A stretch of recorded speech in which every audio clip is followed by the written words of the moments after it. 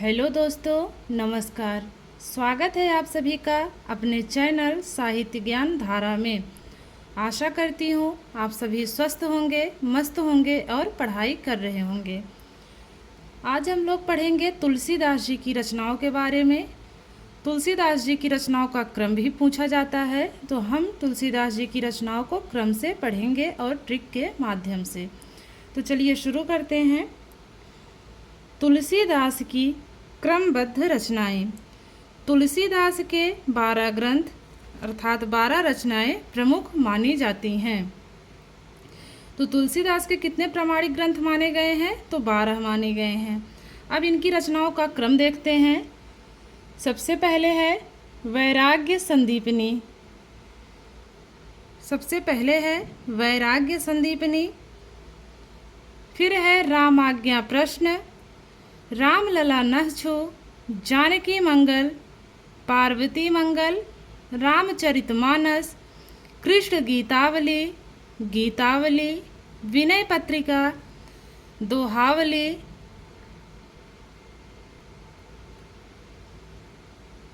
वरवय रामायण और कवितावली।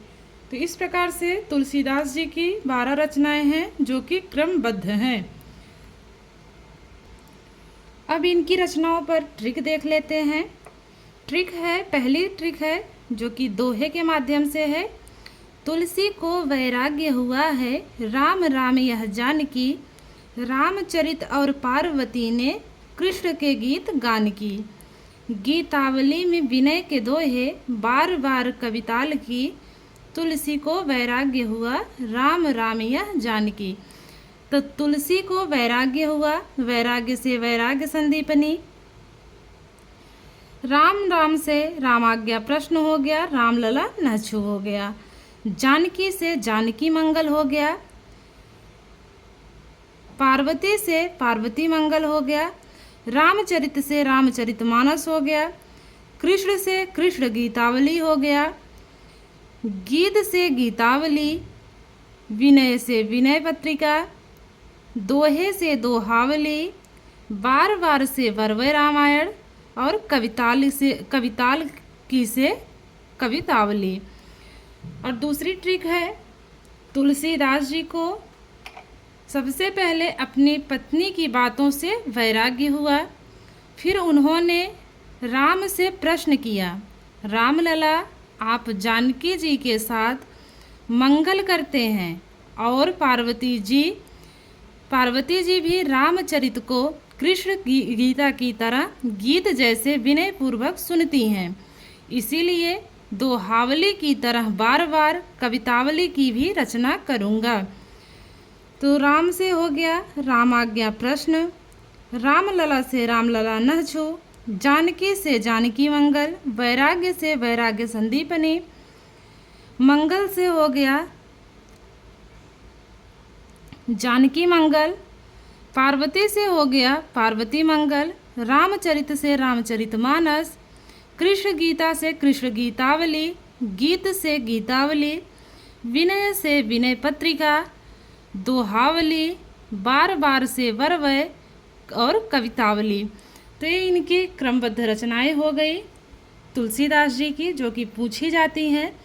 तो ये 2 ट्रिक हैं। आपको दोनों में से जो ट्रिक सही लगे आप उससे याद कर सकते हैं।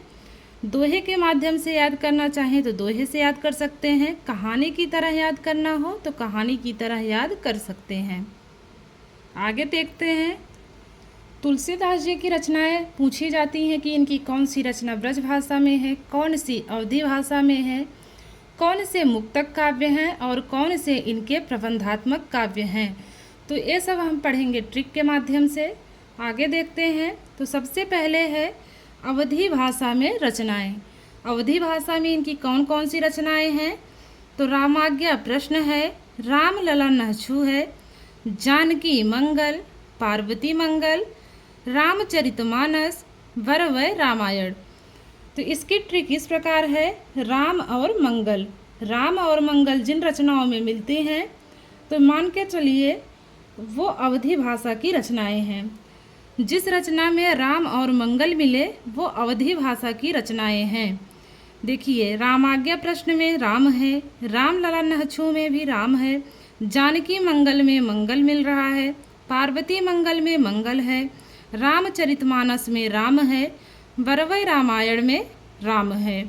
तो इस प्रकार जिन रचनाओं में राम और मंगल शब्द मिले, समझ जाइएगा कि ये अवधी भाषा की रचना है। अब देखते हैं इनकी ब्रज भाषा में रचनाएं।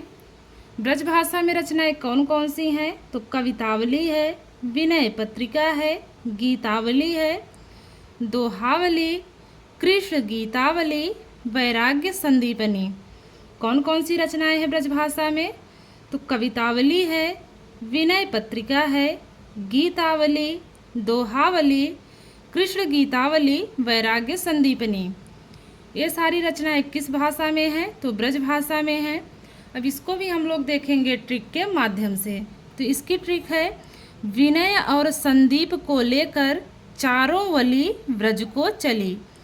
विनय और संदीप को लेकर चारों वली ब्रज को चली।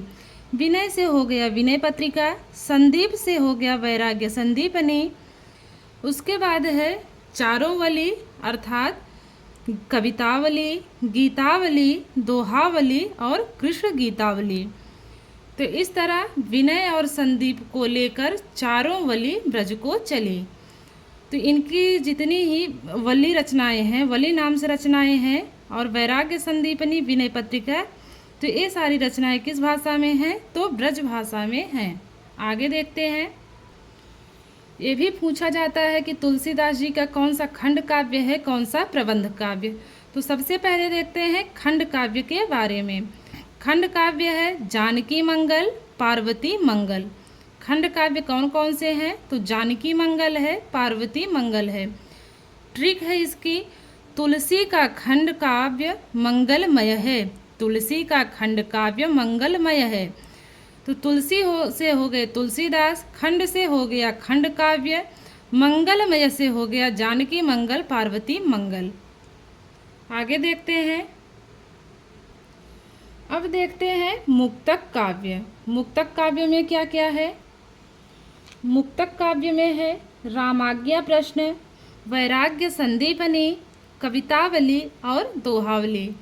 तो ये चारों कैसी हैं? तो मुक्तक काव्य हैं। कौन कौन से? रामाज्ञा प्रश्न, वैराग्य संदीपनी, कवितावली और दोहावली। अब इसकी ट्रिक देख लेते हैं। पहली ट्रिक है, राम की आज्ञा से संदीप को कब मुक्ति दोगे? राम की आज्ञा से संदीप को कब मुक्ति दोगे? तो राम से हो गया रामाज्ञा प्रश्न, राम की आज्ञा से क्या बन गया?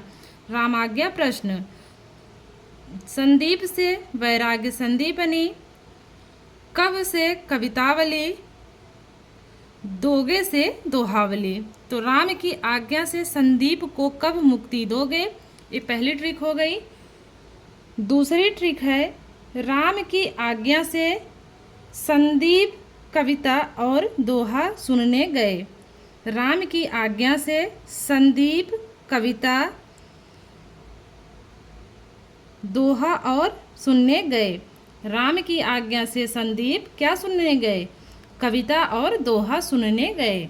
तो जिसको जो ट्रिक समझ में आए उस ट्रिक से याद कर सकते हैं। पहली ट्रिक है, राम की आज्ञा से संदीप को कब मुक्ति दोगे, और दूसरी ट्रिक है, राम की आज्ञा से संदीप क्या सुनने गए? कविता और दोहा सुनने गए। तो राम की आज्ञा से रामाज्ञा प्रश्न, संदीप से वैराग्य संदीपनी, कविता से कवितावली, दोहा से दोहावली। आगे देखते हैं। आगे है तुलसीदास जी के प्रबंध काव्य कौन कौन से हैं? तो प्रबंध काव्य देख लेते हैं। प्रबंध काव्य में है सबसे पहले जानकी मंगल, पार्वती मंगल, रामचरितमानस, रामलला नहछु। प्रबंध काव्य कौन कौन से हैं? तो जानकी मंगल है, पार्वती मंगल, रामचरितमानस, रामलला नहछु। अब इसकी ट्रिक देख लेते हैं। जानकी और पार्वती की चरित्र तुलसीदास के नहछु की तरह पवित्र है। जानकी और पार्वती का चरित्र तुलसीदास के नहछु की तरह पवित्र है। जानकी से जानकी मंगल, पार्वती से पार्वती मंगल, चरित से रामचरित और नहछु से रामलला नहछु। प्रबंध काव्य की ट्रिक फिर से देखते हैं। जानकी और पार्वती का चरित्र तुलसीदास के नहछु की तरह ही पवित्र है। आगे देखते हैं। अब देखते हैं इनके गीत काव्य। इनके गीत काव्य कौन कौन से हैं? तो विनय पत्रिका है, गीतावली है, कृष्ण गीतावली। कौन कौन से हैं? विनय पत्रिका, गीतावली, कृष्ण गीतावली। ट्रिक है इसकी, विनय के गीत। विनय के गीत, विनय से विनय पत्रिका, गीत से गीतावली और कृष्ण गीतावली। आगे देखते हैं। तुलसी की 5 रचनाओं को पंचरत्न कहा जाता है। तो वो कौन कौन सी रचनाएं हैं तुलसी जी की जिनको पंचरत्न में शामिल किया गया है? तो सबसे पहले है वैराग्य संदीपनी, दूसरा है रामलला नहछु, तीसरा है जानकी मंगल, उसके बाद है पार्वती मंगल और बरवै रामायण। तो ये जो है पांचों किसमें शामिल हैं? तो इन पांचों को पंचरत्न कहा गया। कौन कौन से फिर से देखते हैं। वैराग्य संदीपनी, रामलला नहछु, जानकी मंगल, पार्वती मंगल और बरवै रामायण। अब इसकी ट्रिक देख लेते हैं। वैराग्य होने के बाद राम जानकी जी से बार बार पार्वती का मंगल गान करते हैं। वैराग्य होने के बाद राम जानकी जी से बार बार पार्वती मंगल का गान करते हैं। तो वैराग्य से हो गया वैराग्य संदीपनी, राम से हो गया रामलला नहछु, जानकी से हो गया जानकी मंगल, बार बार से हो गया बरवै रामायण, पार्वती मंगल से पार्वती मंगल। तो ये 5 रचनाएं जो है तुलसीदास की किसमें शामिल है? तो पंचरत्न में शामिल हैं। आगे देखते हैं। अब देखते हैं अष्टांग योग। अष्टांग योग, इसमें 8 रचनाएं कौन कौन सी शामिल हैं? तो राम गीतावली है, पदावली, कृष्ण गीतावली, बरवै, दोहावली, सुगुन माला, कवितावली और सोहिलो मंगल। तो इन 8 को किस में रखा गया है? तो अष्टांग योग में रखा गया है। तुलसी की इन 8 रचनाओं को कृष्णदत्त मिश्र ने गौतम चंद्रिका में अष्टांग योग कहा है।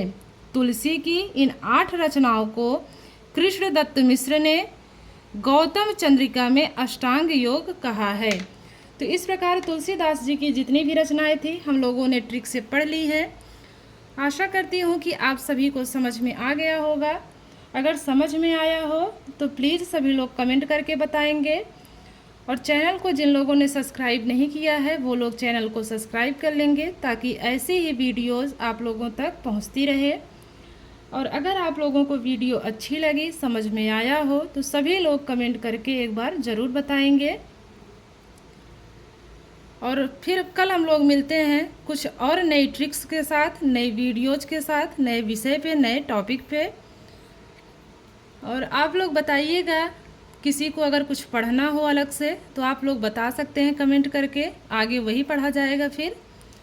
तो सभी लोगों का बहुत बहुत धन्यवाद, बहुत बहुत आभार जो है इतनी सहायता करने के लिए, सुनने के लिए और देखने के लिए। अगली वीडियो में हम कुछ और नई जानकारी लेकर आप लोगों के सामने आएंगे